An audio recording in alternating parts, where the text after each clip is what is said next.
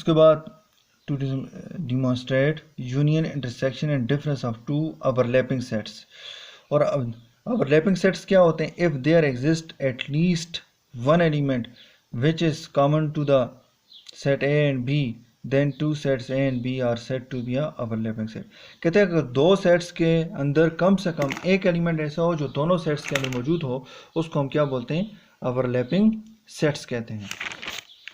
अब देखें union of two sets की बात हो रही है और अब हैं ओवरलैपिंग सेट्स हैं। अब देखें हमारे पास सेट ए है 1 2 3 और बी हमारे पास क्या है 2 3 4। तो then find A union B and also show on Venn diagram. तो वेन डायग्राम के ऊपर शो करने की कोशिश करते हैं। तो सबसे पहले इनका यूनियन निकालेंगे, चेक करते हैं। तो ए यूनियन बी तो हमारे पास क्या आता है? अब देखें 2 3 अगर देखें तो ये ओवरलैपिंग सेट्स हैं ए और बी, क्योंकि देखें 1 नहीं है लेकिन 2 दोनों में मौजूद है, 3 दोनों में मौजूद है, दोनों सेट्स के अंदर यानी सेट ए और सेट बी के अंदर मौजूद है। तो इसका मतलब ये हुआ कि ये दोनों के दोनों हमारे पास क्या है? ओवरलैपिंग, ये दोनों ओवरलैपिंग सेट्स हैं। तो इनके अंदर हमारे पास 1 2 3 4 यानी हमने यूनियन निकालना है। तो यूनियन में कॉमन और नॉन कॉमन एलिमेंट्स को हम सबको लिखते हैं और कॉमन एलिमेंट को हम एक बार लिखते हैं। अब हम यहाँ पे हमारे पास क्या है? अच्छा जी, अब यहाँ पे इस चीज़ को याद रखें, जब ओवरलैपिंग सेट्स होंगे तो उनके अंदर जो एलिमेंट्स कॉमन होंगे, जैसे फर्स्ट करें यहाँ पे देखें। अब यहाँ पे मैं आपको इसको ज़रा ड्रा करके रफ पे बता देता हूँ। ये तो ऑलरेडी ड्रा हुआ है वहाँ पे, तो इसलिए यहाँ पे ज़रा देखें।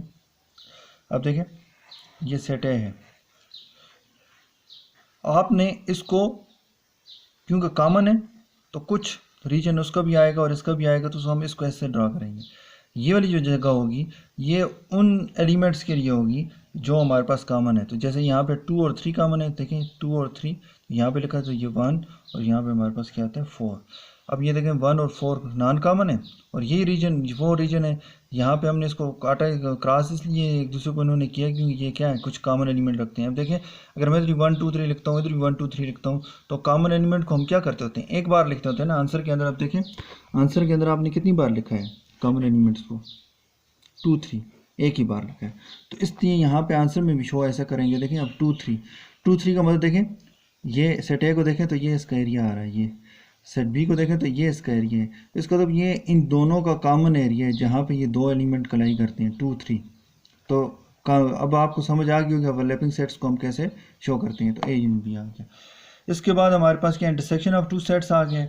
तो if A is equal to 1 2 3 and B is equal to 2 3 4 then A intersection B and also then find A intersection B and also show that on Venn diagram। तो Venn diagram पे भी शो करें इसको। तो A intersection B तो overlapping sets को जैसे मैंने ऊपर बताया आपको, जैसे आपने कि किस तरह से हम उसको लिखते हैं Venn diagram के अंदर। देखें अब यहाँ पे भी हमारे पास उसी तरह मैंने लिखा है, लिखेंगे उसी तरह, लेकिन शेड क्योंकि आंसर क्या था पहले 1 2 3 4 तो सबको शेड किया था। यहाँ पे अब आंसर क्या है 2 3 है, तो हम जस्ट 2 3 को जो कॉमन एलिमेंट्स हैं दोनों के, क्योंकि इंटरसेक्शन में कॉमन एलिमेंट्स को लिखा जाता है, तो कॉमन एलिमेंट्स क्योंकि यही दो हैं तो इसलिए हम इनको लिखेंगे। तो 2 3 को शेड कर दिया हमने। इसी तरह डिफरेंस ऑफ टू सेट्स हैं।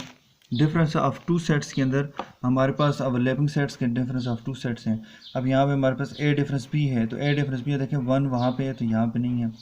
सेट ए के अंदर है, सेट बी के अंदर नहीं है, तो लिखेंगे 2 सेट ए में भी और सेट बी में है तो दोनों में नहीं है, तो इसलिए नहीं लिखेंगे।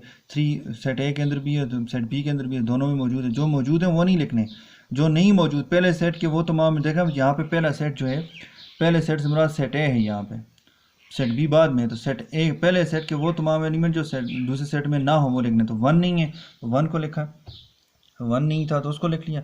अब हमने उसको वेन डायग्राम पे कैसे शो करेंगे? तो ओवरलैपिंग सेट्स हैं तो हम इनको ऐसे ही एक सर्कल दूसरे सर्कल को इंटरसेक्ट भी करेगा, और जो इंटरसेक्शन के अंदर जो हमारे पास जो स्पेस होगी वहाँ पे हम उन एलिमेंट्स को लिखेंगे जो कॉमन होते हैं।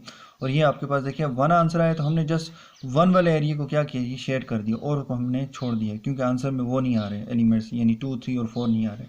इसी तरह बी डिफरेंस ए किया है तो बी डिफरेंस ए के अंदर 4 आंसर आ रहा है, सामने नज़र आ रहा है आपको। हमने 4 वाले रीजन को शेड कर दिया है और 1 2 3 को हमने छोड़ दिया। अब यहाँ पे हमारे पास क्या आता है, to demonstrate union and intersection of 3 overlapping sets. अब हम देखते हैं कि अगर 3 ओवरलैपिंग सेट्स हों तो हम उनको कैसे शो करते हैं। तो इसके ऊपर हमारे पास जो है हम बात करें तो यहाँ पे हमारे पास यूनियन ऑफ 3 सेट्स। तो एग्जांपल है if A is equal to 1 2 3 4 5 6 7 8 and B is equal to 1 4 5 6 9 10 and हमारे पास सी के एलिमेंट्स हैं 4 5 6 7 8 9 10 11 12 then find A union B union C and also show on Venn diagram, और उसको वेन डायग्राम के ऊपर भी शो करें।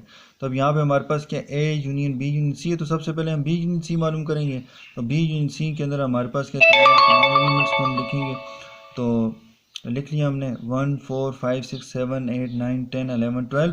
इसी तरह हमारे पास A union B union C आता है, तो वहाँ पे हमारे पास क्या आता है 1 2 3 4 5 6 7 8, और यूनियन 1 4 5 6 7 8 9 10 11 12। तो ये बी यूनियन सी का आंसर था। तो इन दोनों सेट्स के एलिमेंट्स को हमने इकट्ठा करके लिखा, तो 1 2 3 4 5 6 7 8 9 10 11 12 आ गया। अब यहाँ पे हमारे पास क्या, अब देखें हम सबसे पहले वेन डायग्राम के अंदर हमने जो सर्कल लगाए हैं, अगर हम इसको देखें ए और बी को देखें, तो ए और बी का ये एरिया है, ये तमाम का तमाम। अब सी के बारे में बात करें, अब देखें तीनों का कॉमन एरिया ये वाला है, यहाँ पे ये जो 4 5 6 लिखा देखें, ये सेट ए का आ रहा है, ये सेट बी का आ रहा है, और ये ऊपर से सेट सी का आ रहा है। तो इन तीनों ने ये कवर किया हुआ है, ठीक है ना। अब यहाँ पे हमारे पास मैंने यहाँ पे इस तरह के सेट लिए हैं कि आपको ए बी में भी कॉमन एलिमेंट नज़र आ रहे हैं, ये तीनों सेट्स आपस में भी कॉमन है, दो दो करके भी देखें, ए बी भी आपस में ओवरलैपिंग है, ए सी भी आपस में ओवरलैपिंग है, और बी सी भी आपस में ओवरलैपिंग है, और ये तीनों भी आपस में क्या है, कॉमन एलिमेंट रखते हैं। अब ये देखें, अगर मैं ए बी को देखूं, ए बी में हमें कॉमन नज़र आ रहा है 1, ये देखें सेट ए के अंदर क्या है हमारे पास, यहाँ भी 1 है, बी 1 है, और यहाँ भी 1 है हमारे पास, तो ये ए बी का कॉमन एलिमेंट 1 है। उसके बाद अगर हम यहाँ पे देखें तो बी सी को देखें, तो बी सी में 9 और 10 बी और सी। अब देखें बी सी में अगर हम देखें तो बी सेट बी के एलिमेंट्स क्या हैं, 9 10 ये हैं, और यहाँ पे भी 9 10 है, तो ये दोनों में कॉमन, यानी बी सी का कॉमन एलिमेंट 9 10 है। उसके बाद मैंने ए सी के अंदर भी कॉमन एलिमेंट लिया है, तो ए सी में कॉमन एलिमेंट 7 और 8 है, तो ये हमारे पास 7 और 8 देखें, यहाँ पे भी 7 8 है, और यहाँ पे भी हमारे पास क्या आता है 7 8 आता है। तो ये तो हमारे पास दो दो के अंदर हमारे पास जो कॉमन एलिमेंट थे वो भी लिखे हमने।